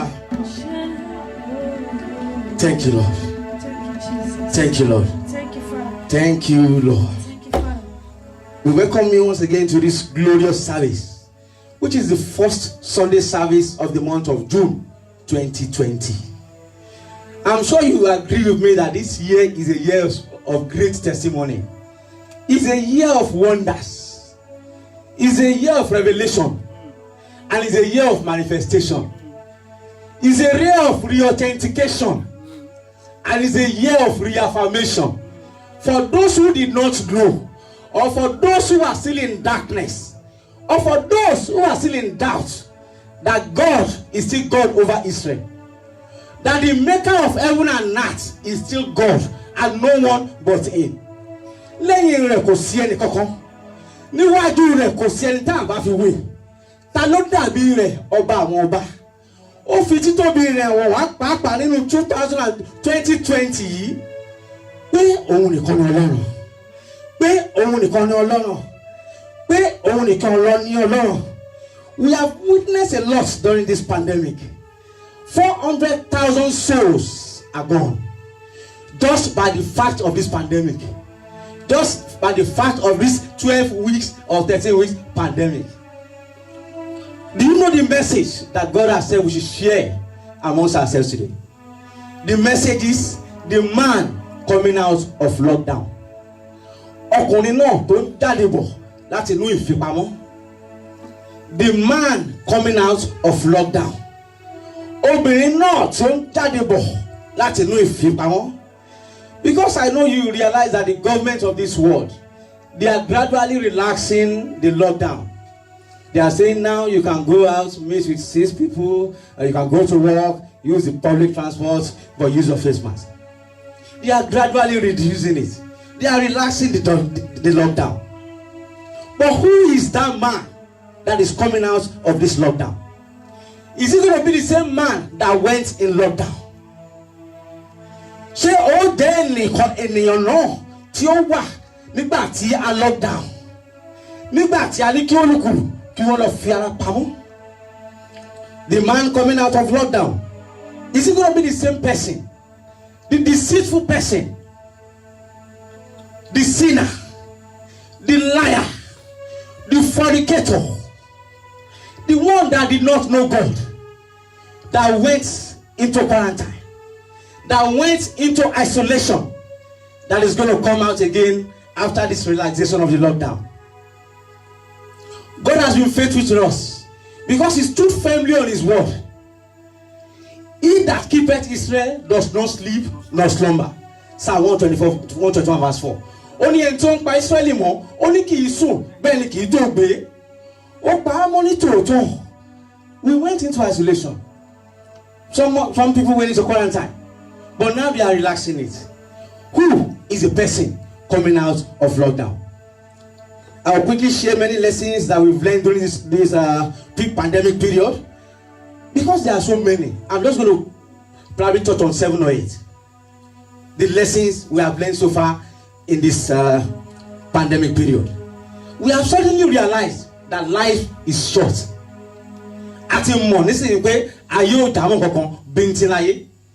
Because so many people were with us last week, even so many 2 days ago. I was surprised when I went onto Facebook and I saw a man writing on someone's wall and said, "Oh, this beautiful soul is gone." He said, "Rest in peace." And he was just lamenting on that Facebook page.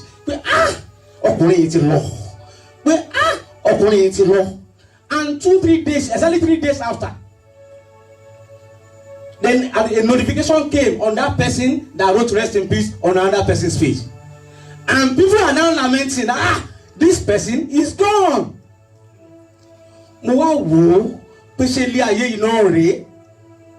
Ó fi wọn gbangba nínú pandemic yìí pé life is short. Life is short. Àwọn tájọ ṣànádà wọ́n ti kú, wọ́n ti lọ. Another lesson, so that I can just move on quickly because of time, is that tomorrow is not promised. It is not a right that tomorrow you're going to be there. It is not by your righteousness. I was looking at Facebook. I saw a man of God in USA. He slept and he just died. A man of God. I saw another man of God preaching about the pandemic. Preaching about the pandemic and praying. And 2 days after, he passed away. Tomorrow is not promised. Tomorrow is not promised. That is another lesson for us that we've learned during this pandemic. Another beautiful lesson that this pandemic has afforded us to learn or to know is that everything in life is vanity. That's expressly captured in the book of Ecclesiastes, chapter 1, verse 2 to 4. He said, "Vanity upon vanity, all is vanity." If you can just reflect, those who are gone, over 400,000 souls that are gone now because of this pandemic. Some of them just bought cars. Some of them just built houses. Some of them are just looking at the dates ahead of them to celebrate good things. But they are no more. But they are no more. Which simply means all the material things of life is vanity upon vanity. Torí ntí máa jẹ àbí ntí ń fẹ́ jẹ, màá wá ṣayé ọmọlàkejì ṣíbáṣíbó. This is a clarion call for you and myself, that everything in life is just vanity. We have learned during this pandemic that vanity upon vanity is everything in this life. Another beautiful lesson we have learned is that suddenly we have now realized that we are equal. Both the rich and the poor. Both the powerful and the powerless. Àti wá rí gbangba pé ọ̀kan náà ni wá. This pandemic locked down the wealthy and the rich people of this world. Nobody could fly.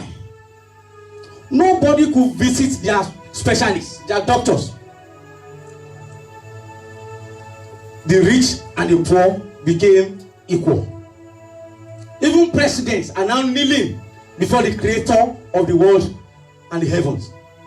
Olúkúlùkù wá ń kúnlẹ̀ wọ́n arẹra wọn sílẹ̀. We are equal. Another very important lesson. It also taught us of our need of God and our need to pray. Ó tún kọ́ wa pé we need God more than God needs us. You might be surprised at that word. That we need God that the way God needs us. Ọlọ́run bí o bá ti kú kò yí Ọlọ́run nípò padà. Àìkú mi kò yí Ọlọ́run nípò padà. Torí pé mo wá yíyan bàbá.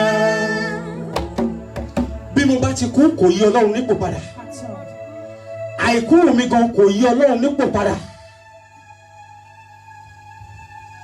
Our existence doesn't change his throne. Our existence or otherwise doesn't change his throne. Ìtẹ́ rẹ̀ ṣì wà síbẹ̀ tí àwọn áńgẹ́lì ń ké mímọ́ mímọ́ níwájú rẹ̀ láì sinmi láì ṣàárẹ̀. We realize now our need of God and need to pray. Another wonderful lesson we have learned is that we have now realized that only God can save. Even doctors are praying. I saw a video of many specialists, doctors assembled in theaters. They wanted to operate. They wanted to do operation on a patient. And before they started, they prayed. It goes to show that it is not their power. It is not by their knowledge that they've been able to perform those surgeries in the past. Now they have suddenly realized that only God can save. People that have closed their Bible in years past now are returning to their Bibles, are now knowing God, are now praying unto God. Hallelujah, man. Hallelujah, sir. I hope you are following me in spirit. Because these are fundamental lessons that we have learned during this pandemic. And these are lessons that we should not let go. These are lessons that should be the fundamentals of our life, of the way we relate to our fellow human beings. The last of my 7 lessons is that the world will not collapse without gatherings and parties. Suddenly now we realize that the world will not collapse. Ayé ò ní parẹ́. Tí ènìyàn bá ṣàpéjọ pé wọ́n party. Pé ayé gan ò ní parẹ́ tí ṣọ́ọ̀ṣì ò bá ṣí. Pé ayé gan ò ní parẹ́ tí mosque ò bá ṣílẹ̀kùn. Pé ayé ò ní parẹ́ nípa ẹni tó ń pè tẹ́lẹ̀ bàbá gbà mí, màmá gbà mí. Because the person you were calling before the lockdown, that was always boasting that he or she has got the power to do and undo. During this pandemic, they were all exposed. Man was put in the position of man, and God stood in his position as God. Man was rightly placed in the position of man, but God remained solidly. That was why I said he re-authenticated and he reaffirmed in our hearts that he is God, and nobody can take his place. No soul can take his place. I'll just do a quick recap. Number 1, life is short. Number 2, tomorrow is not promised. Number 3, everything in life is vanity. Number 4, we are all equal. Number 5, our need of God and need to pray. Number 6, only God can save. Number 7, the world will not collapse without gatherings or parties. So as the lockdown is getting relaxed and society is going back to normal, are you coming out as the same after these lessons? Are you coming out as the same after we have realized these lessons? ṣé a tún padà bọ̀ láti tún gbé agbádá ẹ̀ṣẹ̀ wa wọ̀? Because I realized suddenly during the pandemic and the quarantine, people, they were very, very stingy. Now started to be doing giveaways because they knew that their tomorrow is not guaranteed. Suddenly they now see themselves as human beings, and they are not going to streets and doing giveaway. Take rice, take bread, take fish, take water, take money. On social media, everybody started doing giveaways. But my hope and my sincere hope is that this giveaway will not end with the lockdown. My sincere hope is that because you have changed, because you have now suddenly realized that you do not have control over your life, that tomorrow is not guaranteed, that we are now equal, that you will continue in that spirit of giveaway. Somebody shout a big hallelujah. Somebody shout a big hallelujah. I love a Bible passage. 2 Corinthians 5 verse 17. It says, all things shall pass away, and everything shall become new. Are you releasing those old habits of yours to go away? To go with the lockdown, to go with the quarantine, to go with the isolation? Are you becoming new? Ṣé ń tún ọ bí ṣá? Ṣé à ń tún mi bí? Àbí ìwà gidi tó wà nínú mi ká tó lọ sí lockdown? Àbí ìwà tẹ̀m̀bẹ̀lẹ̀kún owó ọ̀tẹ̀ tó wà nínú mi tó wà nínú rẹ̀ ká tó lọ sínú lockdown? Ṣé ń gbà tá a bá tún ní ẹ máa jáde padà? Ṣé màá tún gbé ògbólógbó ẹ̀ṣẹ̀ yìí wọ̀ bí? Ṣé màá tún padà sínú ògbólógbó ẹ̀ṣẹ̀ yìí bí? Am I going down into my dirty lining?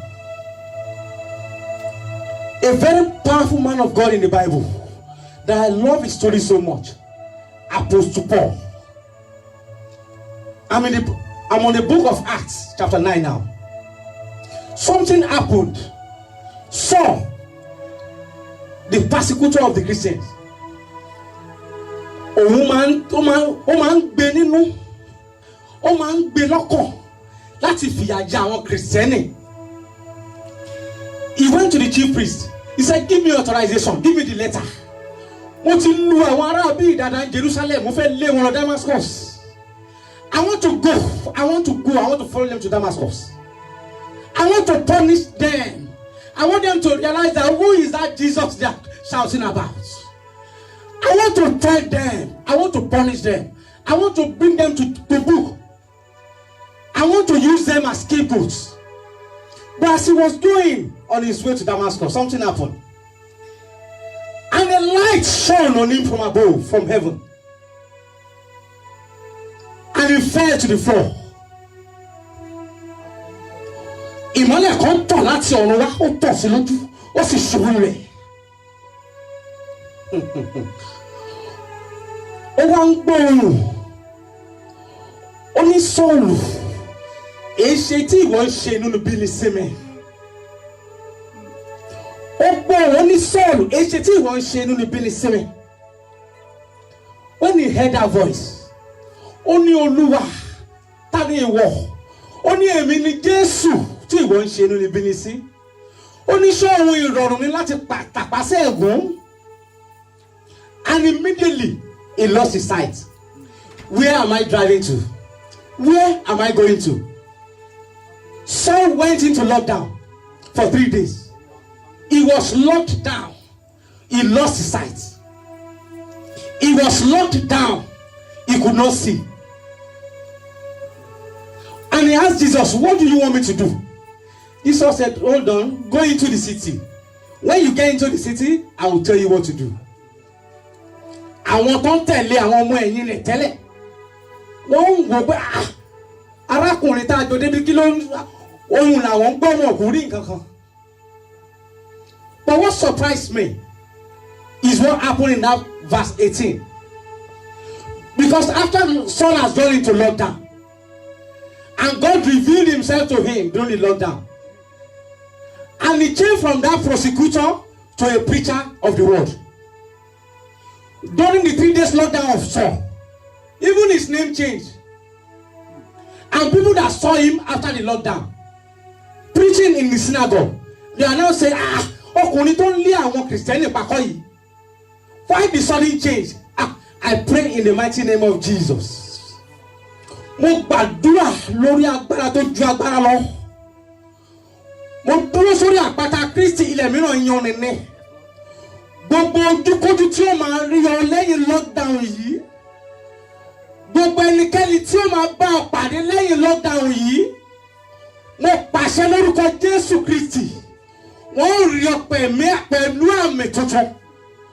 Wọ́n rí ọ pẹ̀lú àmì rere. Ohun tó ti fi ń gàn tẹ́lẹ̀. By the reason of this day, by the reason of his glory, by the reason of his throne, and by the reason of his word. Tọ́rọ́ ni mo gbé ọ̀rọ̀ mi ga dorúkọ mi lọ. Mo pàṣẹ ọ̀rọ̀ jáde lónìí. Tó ń gbà tó máa jáde bọ̀. Tí ayé yóò rí ọ tí wọ́n rí ọ nínú ìjọ pàápàá. Ó jáde pẹ̀lú ọ̀tún. Mo ní ó jáde pẹ̀lú ọ̀tún. Mo sọ pé ó jáde pẹ̀lú ọ̀tún. Bẹ́ẹ̀ ni yóò rí kó yí padà. Jésù agbára wa. Jésù agbára wa. Ẹ pàtẹ́wọ́ fún Jésù. Níbikíbi tí o wà, mo ní kó pàtẹ́wọ́ fún Jésù. Níbikíbi tí o ti ń gbọ́ mi, mo ní kó pàtẹ́wọ́ fún Jésù. Yes, it's worthy of our praise. Another wonderful character that I love so much in the Bible, that was locked down as well, is Jonah. God told him to go to Nineveh, go and preach to my people, tell them to change, because their sins have come upon to me. We all know the story. He did not want to go. And he went down to Joppa, boarded a ship, going to Tarshish. And he was going. We all know the story. In the boat, he ended up in the belly of the fish. And he was there in the belly of the fish for 3 days. Because Jonah prayed in that Jonah chapter 2 from verse 1 to 9. He was praying also. He was just praying that God, if you can just save me, if you can just save my soul, let me come out of this lockdown and I'll change. I'll do your wish. And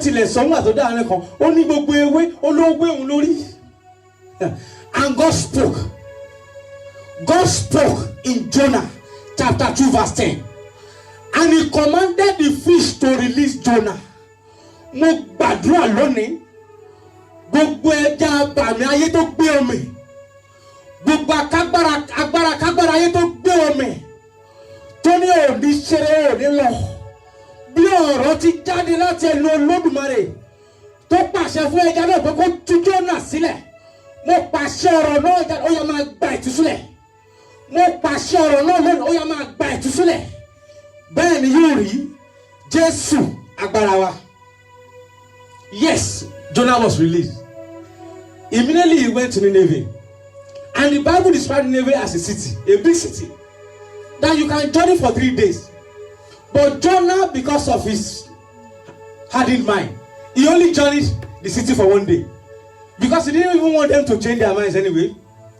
He was just hurriedly going through Nineveh for 1 day. A journey that should have lasted him 3 days. He went on that journey for just 1 day. And he was just telling them, God is just going to destroy this city. God is going to destroy this city in 40 days. And the people, when they heard this, they went into lockdown. They locked down themselves. And they said, we will not eat. We will not drink. We will fast. And even the king, when he heard, people didn't even fast. Ó dèrú sórí ara ẹ̀. Ó wá pàṣẹ ó wá àṣẹjáde ó ní gbogbo ìlú. Ó ní kí gbogbo ọkọ̀ kó wà ní àwẹ̀. Ó ní wà ní ìfipamọ́. They should go on lockdown. Nobody should eat, nobody should drink. That this shall be reversed. That this shall be reversed. This is a manifestation of the fact that because you are forsaking your old ways during this lockdown, whatever sins you might have committed, whatever sins you might have committed in the past, because you have now realized that only God can save, I'm telling you authoritatively that God that redeemed Nineveh will redeem you in Jesus' name. We redeem you in Jesus' name. Joseph, after his own lockdown, he became prime minister. And Pharaoh called him. He said, come, because he was locked down for 2 years. He was locked down in the prison. Joseph was in Otubu. He was locked down for 2 years. And do you know what happened? When he came out, he came from lockdown to glory. Oh, whoever is listening to me, wherever you are, as we are coming out of this lockdown, we are going straight into glory. As we are coming out of this lockdown, we are going straight into our glory. In Jesus' mighty name I pray. Amen. Obed-Edom. Do you know he was locked down with the Ark of Covenant for 90 days? Yes, he was locked down for 90 days with the Ark of Covenant. When I was studying the history of that ark, I discovered that that ark stayed with the Philippines for 7 months. He left there. He stayed in the house of Abinadab for 20 years. That can be seen in the book of 1 Samuel 7 verse 1 to 2. Àpótí ẹ̀rí gbé ìdílé Abinadabu fún ogún ọdún and nothing happened. 20 solid years in the family, nothing happened. But the Ark of God stayed for just 3 months, 90 days in the house of Obed-Edom. Ayé rẹ̀ sì gba ìtura. Ayé rẹ̀ sì gba ìtura. Mo gbàdúrà lónìí, gbogbo ẹni tó ń gbọ́ mi, bí a ti ń jáde kúrò nínú ìfipamọ́ yìí, tí a ń jáde sí gbangba, lórúkọ Jésù ayé rẹ̀ yóò gba ìtura. Lórúkọ Jésù ayé rẹ̀ yóò gba ìtura. Jésù agbára wa.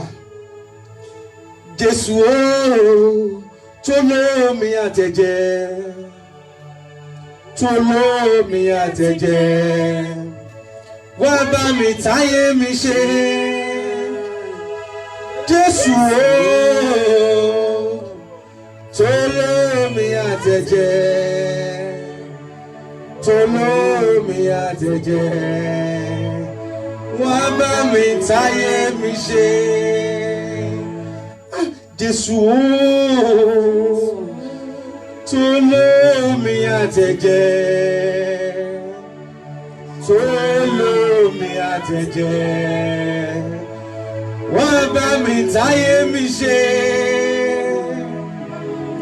Jésù ooo tó lómi àtẹ̀jẹ́, tó lómi àtẹ̀jẹ́, wá bá mi táyé mi ṣe.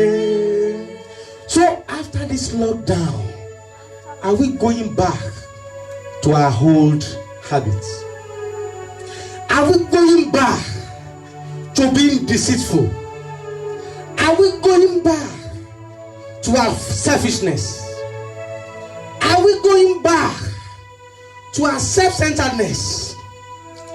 Are we going back to our state of destruction? Are we going back to keeping malice? Are we going back to our unforgiving spirit? Oh, are we going back to our stingy ways? Are we going back to our spirits of loving the earth, the things of the world, more than God? Are we going back to our fornicating ways? Are we going back to backbite? Are we going back to our old, dirty past? Ṣáà tún máa padà kàn mọ́gi lẹ́ẹ̀kan sí. Lẹ́yìn tá a ti mọ̀, tá a ti rí agbára rẹ̀ bó ṣe rìn tó. Lẹ́yìn tá a ti mọ̀ pé òun nìkan ló tó gbani. Lẹ́yìn tá a ti mọ̀ pé ayé yìí kò dá mọ́ nǹkan kan yìí. Lẹ́yìn tá a ti mọ̀ pé gbogbo ohun tó wà nínú ayé yìí asán ni yìí. Lẹ́yìn tá a ti mọ̀ pé ọ̀nà gan ò dájú yìí. lẹ́yìn tá a ti mọ̀ pé gbogbo wọn dogun wọn dọ̀kàn yìí pé kò dá nǹkan yìí, lẹ́yìn tá a ti mọ̀ pé àwọn yóò dá nǹkan, lẹ́yìn tá a ti mọ̀ pé àfẹ́mí nìkan yóò dá nǹkan yìí, ṣàtún máa padà á tún kàn mọ́gi. Rántí onígbàgbọ́ rántí o, ò bá rántí ohun mẹ́ta wọ̀nyí. Rántí o, rántí onígbàgbọ́ rántí o, ò bá rántí ohun mẹ́ta wọ̀nyí. Níbo ló ti wá? Níbo ló wà?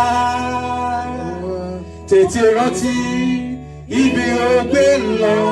Rántí onígbàgbọ́, rántí onígbàgbọ́ rántí o, ò bá rántí ohun mẹ́ta wọ̀nyí.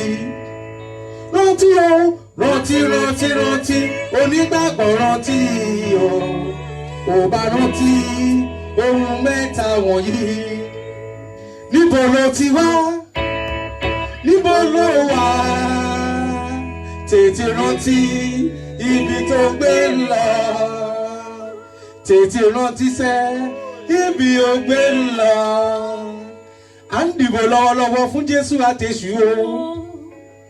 À ń dìbò lọ́wọ́lọ́wọ́ fún Jésù àtẹ̀sù o.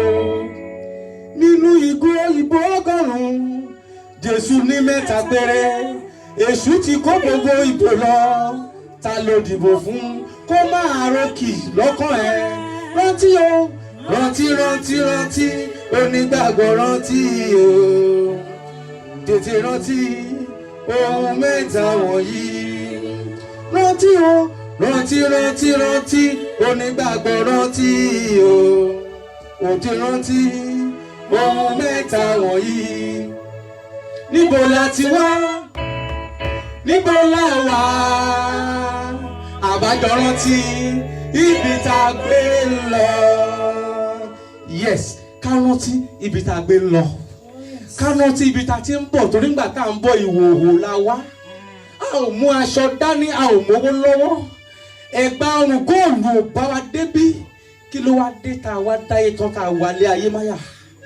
Ẹ̀kọ́ yìí ti kọ́ wa pé ayé asán ni. Ó ní ìmúlẹ̀ mọ́fò ni, ó ní kò já mọ́ nǹkan kan. Ó ní mo wo làálàá mi lábẹ́ ọ̀run, ó ní asán nínú asán, ní òfò nínú òfò. By the reason of these lessons of this pandemic, I hope it has changed our ways of thinking. I hope it has changed the way we relate with our fellow human beings. I hope it has changed our communication level with God. What do we have to do now? We just have to live a rapturable life. Ká gbé ìgbé ayé tó tọ́ láti bí Ọlọ́run gbé. We must live a rapturable life. What do we have to do now? We must be at peace with God and man.